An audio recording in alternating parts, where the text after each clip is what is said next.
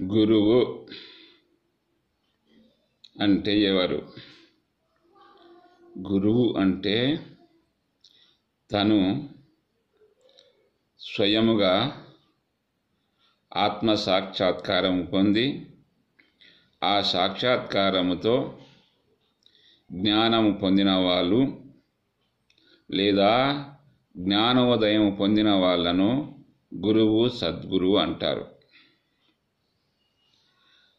భారతదేశంలో గురువు అంటే బ్రహ్మ కంటే, విష్ణు కంటే, శివుడి కంటే గొప్పవాడు.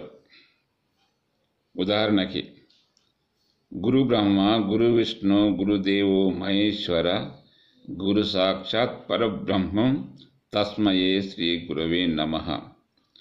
అఖండ మండలాకారం ఏనా చరాచరం తత్పదం దర్శితం అని చెప్పేసి వేదాలు, ఉపనిషత్తులు, శాస్త్రాలు ఘోషిస్తున్నవి, మొత్తుకుంటున్నవి.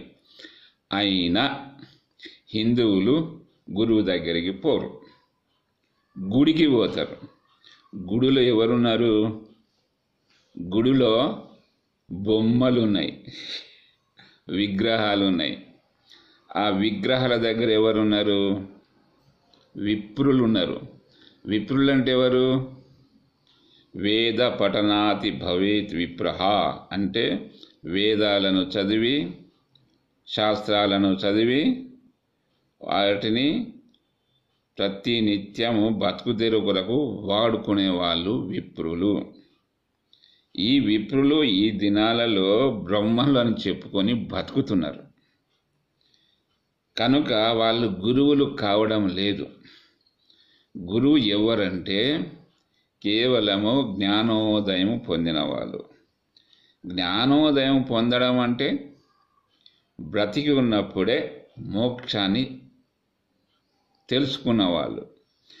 తెలుసుకోవడమే కాకుండా దానిని 10 మందికి చెప్పేవాళ్ళు. ఆ చెప్పేవాళ్ళనే గురువులు అంటారు. కానీ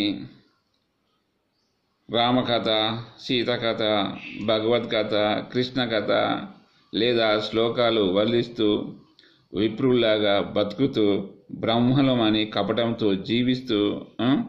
జీవించే వాళ్ళను గురువులు అనరు.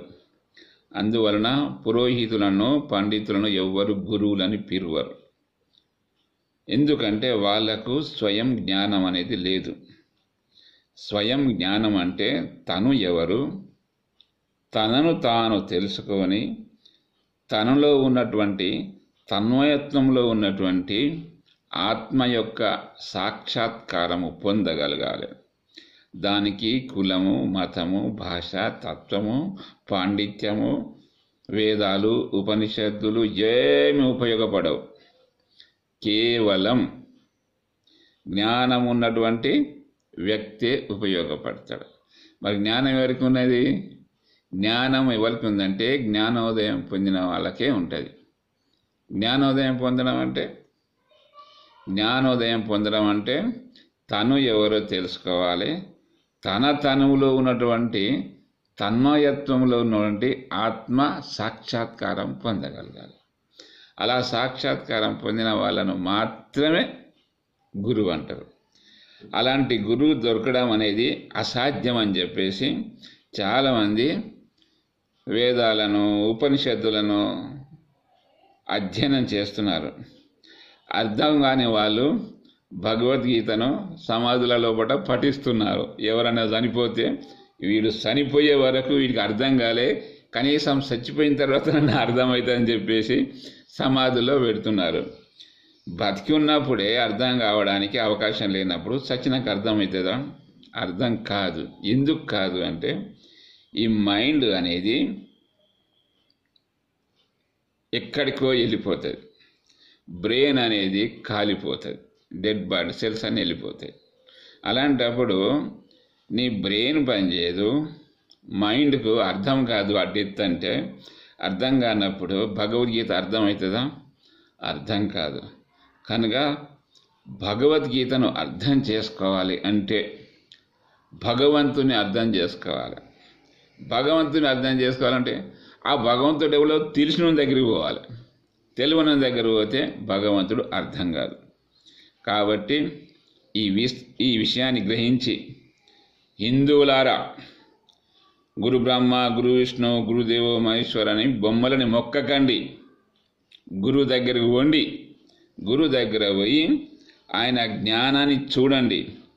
ఆ జ్ఞానాన్ని మీకు ఉపయోగపడితే అప్పుడు మీరు ఆయనను గురువుగా స్వీకరించండి. అంతేగాని ఫ్యాషన్ కొరకు గురువును పెట్టుకోకండి. వేరే వాళ్ళు చూస్తున్నారని చెప్పి, వాళ్ళు చూస్తున్నారు కదా అని చెప్పేసి కోడళ్ళు అత్తను ఇంప్రెస్ చేయడానికి ఎట్లా బొట్లు పెట్టుకుంటారో, ఎట్లా మర్యాదగా ఉంటారో అట్లా చెయ్యకండి. మీరు కోడళ్ళు కాదు, దేవుని దగ్గర మీరు పూజారులు కాదు, అయితే భక్తులు కండి. భక్తులు కావడానికి భక్తి ఉన్నవాని దగ్గరికి పోవాలి, జ్ఞానం ఉన్నవాని దగ్గరికి పోవాలి. అప్పుడు కొంత వాస్తవం చెప్తుంది. కనుక ఈ వాస్తవాన్ని గ్రహించి మొక్కుతే బొమ్మలనే మొక్కండి, లేదా గురు బ్రహ్మ, గురు విష్ణు, గురుదేవ మహేశ్వర అంటే గురువు దగ్గర ఇవ్వండి. ఒకటి అనడం, ఇంకోటి చేయడం మానివేయండి. ఇట్లా చేస్తే మీరు నరకంలో బతుకుడే కాదు, నరకం నుంచి అస్సలే బయటికి పడరు అనే విషయాన్ని అందరు గ్రహించాలని చెప్పి మీ అందరికీ నేను మనవి చేస్తున్నా. హరి ఓం తత్సత్.